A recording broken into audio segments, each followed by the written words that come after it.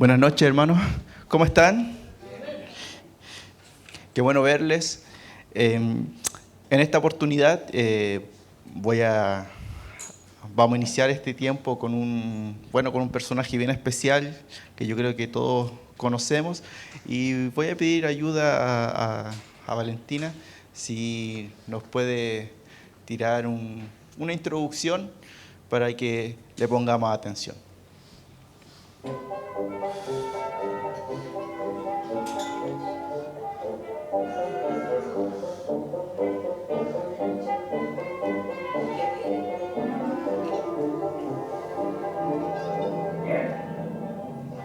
Supongamos que esta es una calavera.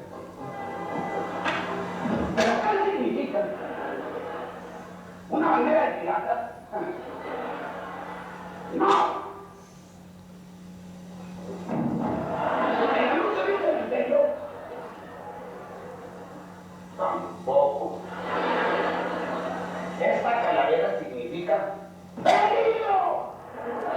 ¿Oyeron bien? ¡Peligro!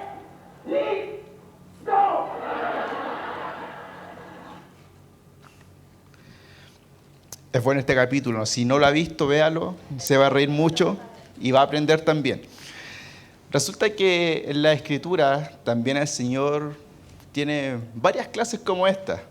A lo mejor no con ese personaje, pero sí nos advierte acerca de muchas cosas que estamos, que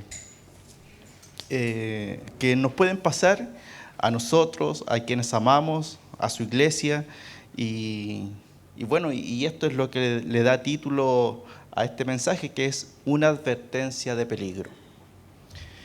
Y resulta que el Señor Jesús, cuenta un montón de parábolas, y dentro de una de esas parábolas es la parábola de los talentos. Me imagino que usted la conoce, y voy a parafrasear esta parábola porque quiero ir a un elemento central. Resulta que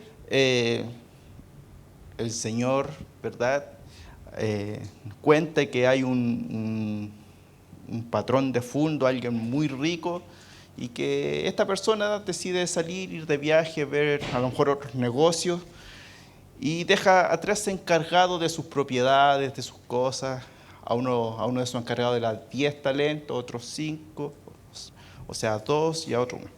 Y resulta que y sale a hacer sus negocios, y después cuando vuelve, no dice cuánto tiempo se demora, pero sí dice que vuelve y pide cuenta a estos administradores que él dejó a cargo.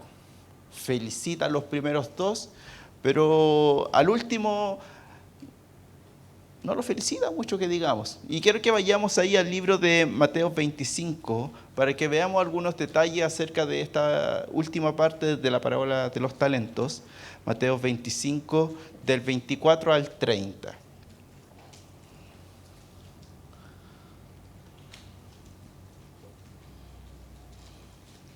Dice: por último se presentó el siervo que tenía una sola bolsa de plata y dijo: amo, yo sabía que usted era un hombre severo y que cosecha lo que no sembró y recoge las cosechas que no cultivó. Tenía miedo de perder su dinero, así que lo escondí en la tierra. Miré, aquí está su dinero de vuelta. Pero el amo le respondió: siervo perverso y perezoso, si sabías que cosechaba lo que no sembré y que recogía lo que no cultivé, ¿por qué no depositaste mi dinero en el banco?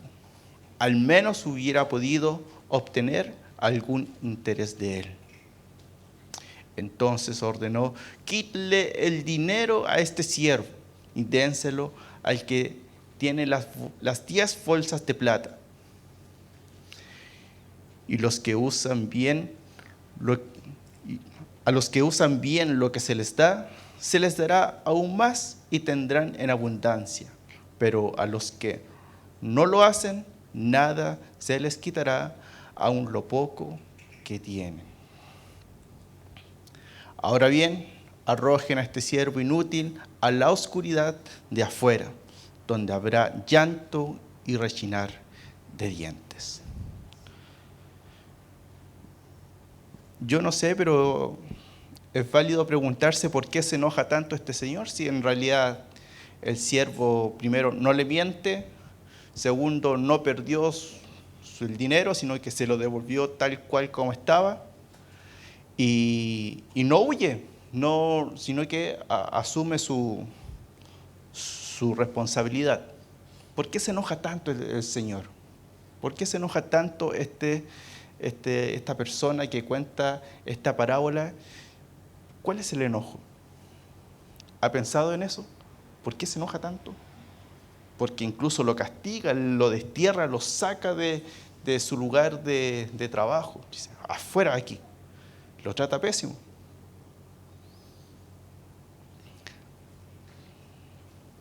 ¿Lo ha pensado, no? Le voy a dar 2 minutos. No. Y mientras escribía esto, pensaba en dos posibles motivos por la cual este señor se enoja tanto con este siervo. El primero, bueno, debemos entender que esta parábola, cuando habla de dinero, o en este caso de los talentos, la Reina Valera habla de talentos, habla también para nosotros de nuestras capacidades, de las habilidades que el Señor nos entrega y de las que tenemos. Algunas son innatas, nacimos con esas habilidades, y otras son adquiridas, que es lo que en el desarrollo de esta parábola nos quiere demostrar. Como una habilidad innata, por ejemplo, ser una persona muy buena para desarrollar habilidades sociales, para conversar, y puede hacer otras habilidades como, esa habilidad social te dio la capacidad también para poder establecer lazos para hacer negocio, y esa misma habilidad te dio la posibilidad de poder ser un buen administrador. ¿Se da cuenta? Uno no nace así, pero va adquiriendo esas habilidades. O una persona que a lo mejor es buena estudiando y le gusta leer cosas y de repente tomó un libro de cocina y se dio cuenta de que podía cocinar y aprendió la receta y que no solamente puede cocinar, sino que también puede ver otras cosas y ayudar a otros. A eso se refiere esta parábola. Pero resulta que este siervo, que en definitiva le entrega lo que se le había entregado, se le había olvidado un pequeño detalle que al final, y a nosotros también se nos olvida, que ese talento o esa bolsa de dinero nunca fue del siervo, sino que siempre fue del Señor de la parábola, siempre. Y el Señor pone en nosotros ciertas aptitudes, habilidades, talentos, dones incluso, algunos en forma natural, otros adquiridos, y dice, trabájalos, haz que prosperen, que florezcan, que se multipliquen.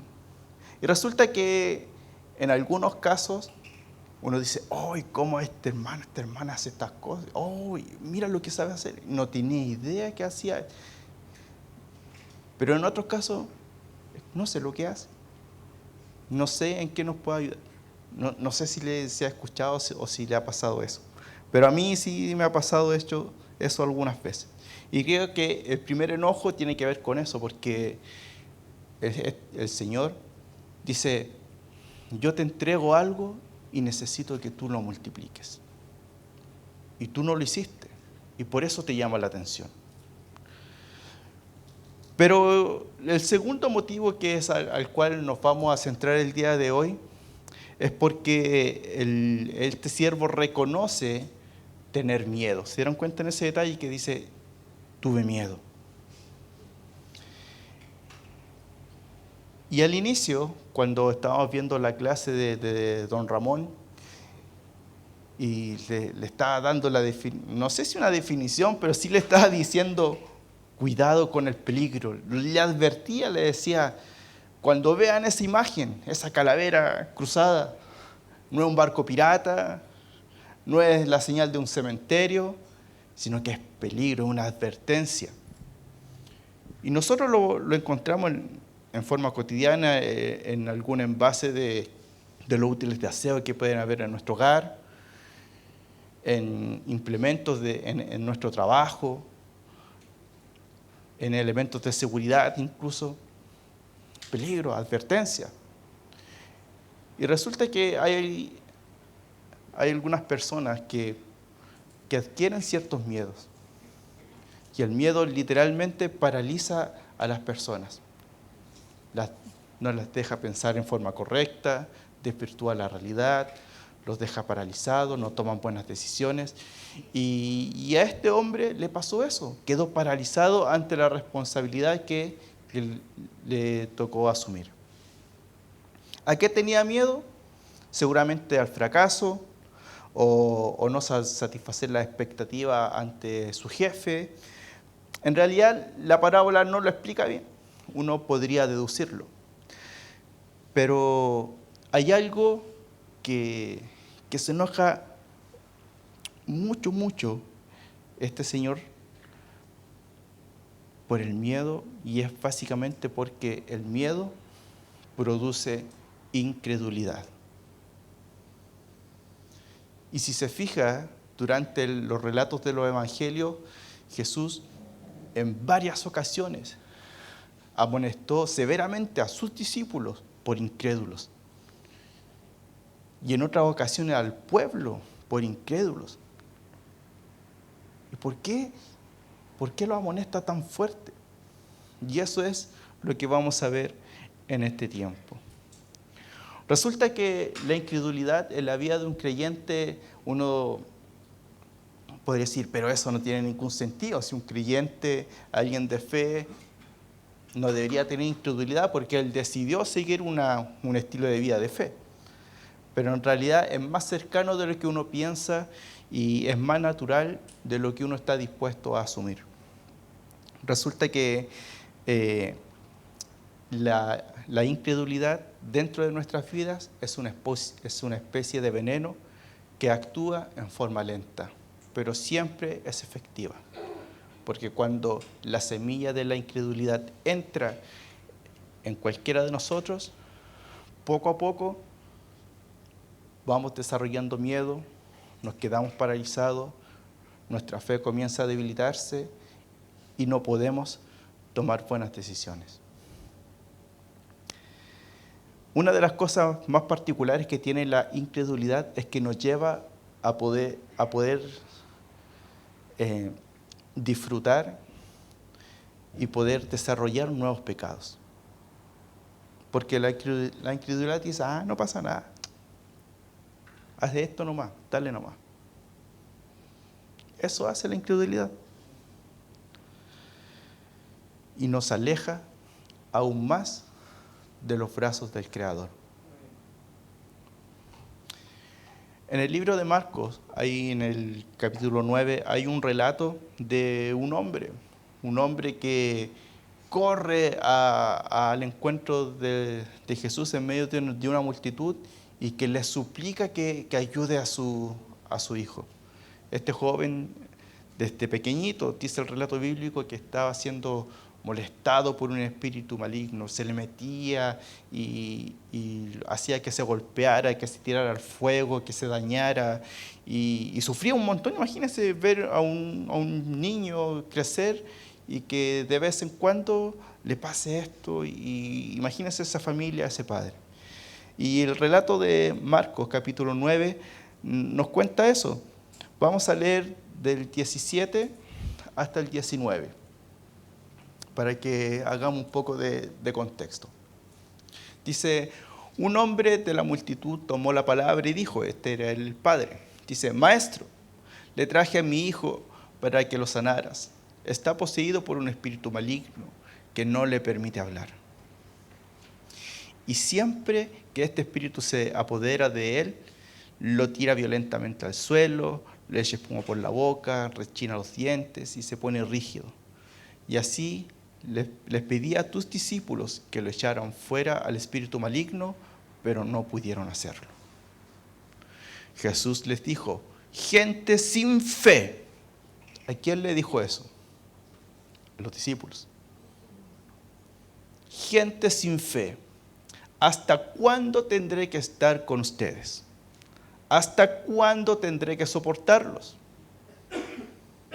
Sale con signo de pregunta, pero yo creo que eso el Señor nos lo hizo como de forma muy amable. Tráiganme al muchacho. Y aquí hay uno de los ejemplos que yo les menciono en donde el Señor le llama duramente la atención a sus discípulos, a los 12. Bueno, no eran los 12, eran un grupo de ellos, porque Jesús antes había ido con 3 de ellos a otra actividad. Y los demás se quedaron ahí tratando de liberar a este muchacho, así como, por favor, Señor demonio, ¿puede salir? No sabemos cómo lo hicieron, pero no les resultó. No les resultó. ¿Y por qué creen que pasa esto? ¿Porque no conocían al Señor Jesús? ¿No?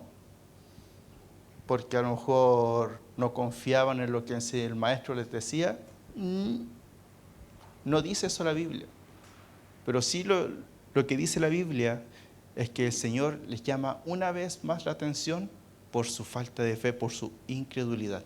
Y aquí está lo que les mencionaba al principio, que la incredulidad es como un veneno que actúa lentamente y que hace que nuestra fe comience a decaer.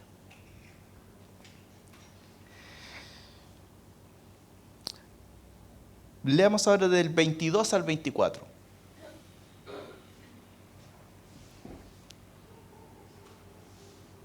Dice, a menudo el Espíritu lo arroja al fuego o al agua para matarlo. Ten misericordia de nosotros y ayúdanos si puedes. Esto es el relato del papá del muchacho. Dice, ¿cómo que si puedo? Jesús le dice, todo es posible si uno cree. Al instante el padre clamó, sí, creo. Y mira lo que dice a continuación. Pero ayúdame a superar mi incredulidad. Una vez más, en este relato se vuelve a mencionar lo mismo. Persona que cree, pero en parte de su ser hay una pequeña semilla de incredulidad. Y esa pequeña semilla, como mencioné, se expande durante nuestro ser. Y hace que nuestra fe comience a desaparecer. ¿Qué dice el 25?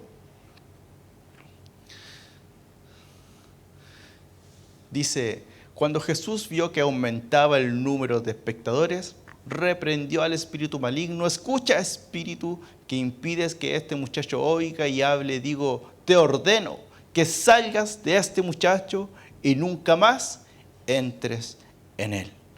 Y dice la Biblia que se fue, desapareció, abandonó el cuerpo de ese muchacho. Es interesante cómo en este ejemplo de este relato se nos evidencia de cómo dentro de los hijos de Dios o personas que aparentemente tienen fe, la incredulidad hace que la fe no se active. Que el plan de Dios que tiene para ellos y para su familia no siga su curso, sino que se estanque. Y no solamente que se estanque, sino que sea presa del enemigo. Y que el enemigo comience a actuar allí.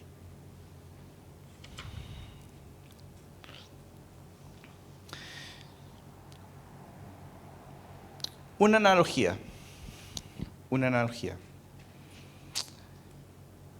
Yo sé que algunos saben muchos de autos.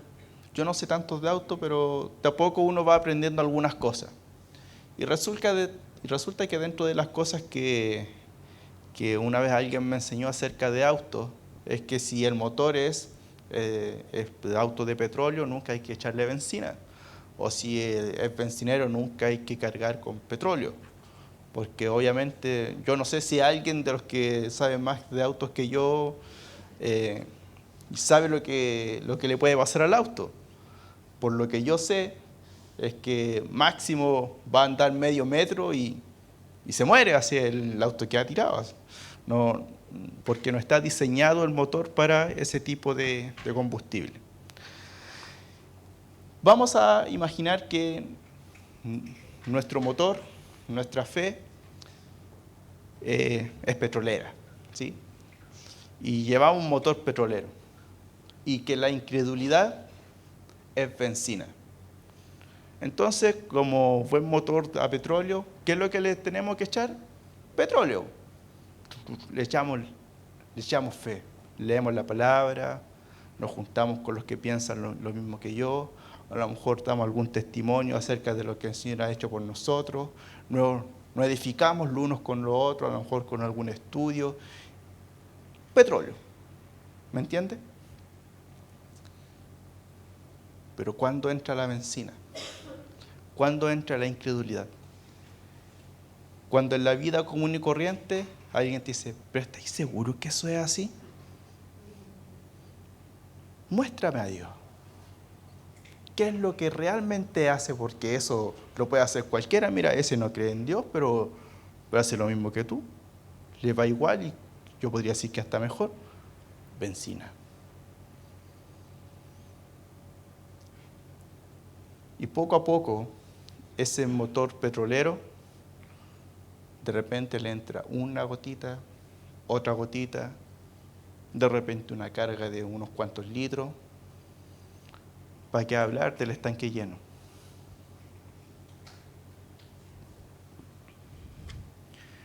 ¿Qué le va a pasar a ese motor? Se va a paralizar, le va a entrar miedo. Se va a echar a perder, su fe decae, su vida se vuelve un manto de dudas, ya no sigue al Señor, pierde toda esperanza de la que tenía y se vuelve y comienza a sumergirse en las tinieblas. Eso es lo que va a pasar.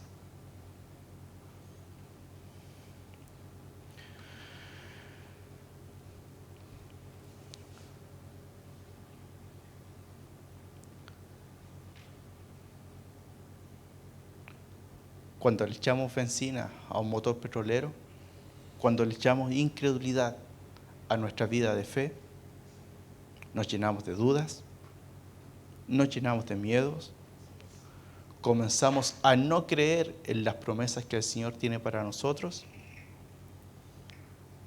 y nuestra vida ya no es lo que Él ha diseñado para nosotros.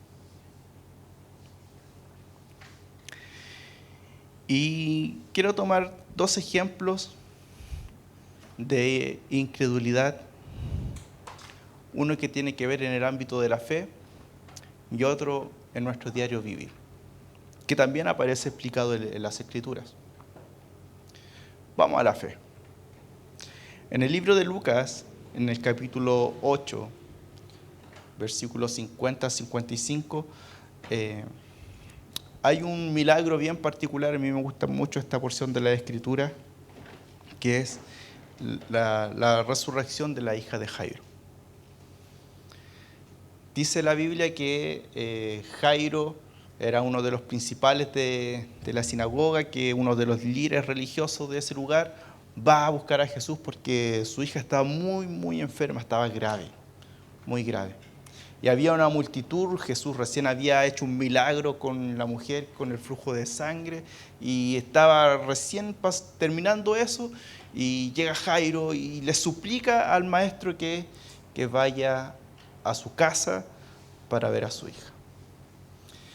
Y esto es lo que dice la Escritura. Dice, cuando Jesús oyó lo que había sucedido, le dijo a Jairo, no tengas miedo. Otra vez, miedo. Solo ten fe y ella será sanada. Cuando llegaron a la casa, Jesús no dejó que nadie entrara con él, excepto Pedro, Juan, Santiago y el padre y la madre de la niña. Un momento aquí chiquitito.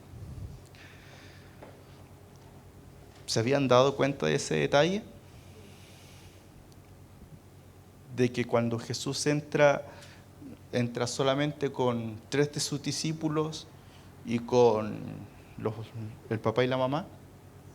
¿Se acuerdan que yo les había dicho que anteriormente cuando los discípulos querían sacar al espíritu maligno no pudieron? Estaban todos menos estos 3, porque estos 3 estaban en la configuración, fueron testigos de la configuración, por eso no estaban ahí con los otros. Y resulta que ya entran ahí, pero ¿qué había pasado antes? Y Lucas también lo explica, ¿por qué entraron ellos y no fue público como los otros milagros que el Señor había hecho? Dice, la casa estaba llena de personas que lloraban y se lamentaban. Pero Jesús dijo, dejen de llorar, no está muerta, solo duerme. Y la multitud se rió de él porque todos sabían que había muerto. ¿Qué pasó con esa multitud? Le estaba echando benzina. Incredulidad a lo que él podía hacer. Y por eso el Señor hace algo bien especial. Dicen, estos incrédulos fuera. No van a ver lo que va a ocurrir aquí. No van a interferir con el plan que Dios tiene para esta familia. Va afuera. No van a estar en el lugar de la intimidad. No pueden estar aquí. Entonces Jesús la tomó de la mano y le dijo con voz fuerte, niña, levántate. En ese momento le volvió la vida y se puso de pie enseguida. Entonces Jesús les dijo que le dieran de comer a la niña. Es curioso cómo el Señor aparta a los incrédulos, nos deja que interfieran en el plan de Dios. No los deja. Y asimismo, cuando algo de incredulidad pudiera entrar a nuestra mente, a nuestro corazón, a nuestro ser, la Biblia nos dice, apártate de ahí, sal de ese lugar, apártate de esos pensamientos, aléjate de ahí, porque eso va a impedir que el plan de Dios actúe en tu vida. Ese relato es un relato de fe, un relato de fe, pura fe. Imagínate, una resurrección. La gente se reía porque era obvio que la niña había muerto, o sea, era lo natural. Ellos sabían lo que había ocurrido y por eso había tanto lamento. Era obvio. Pero Dios actúa por sobre lo obvio, por sobre lo natural, por sobre lo que todos están viendo. Dicen, yo veo otras cosas, pero necesito que la incredulidad se quede afuera.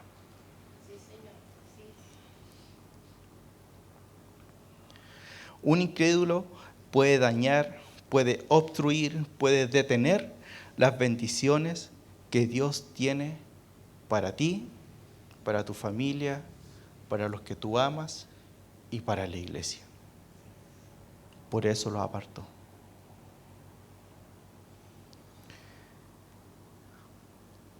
En la vida diaria, ¿cómo puede actuar el tema de la incredulidad? Vamos a Santiago. Santiago capítulo 1, versículo 8.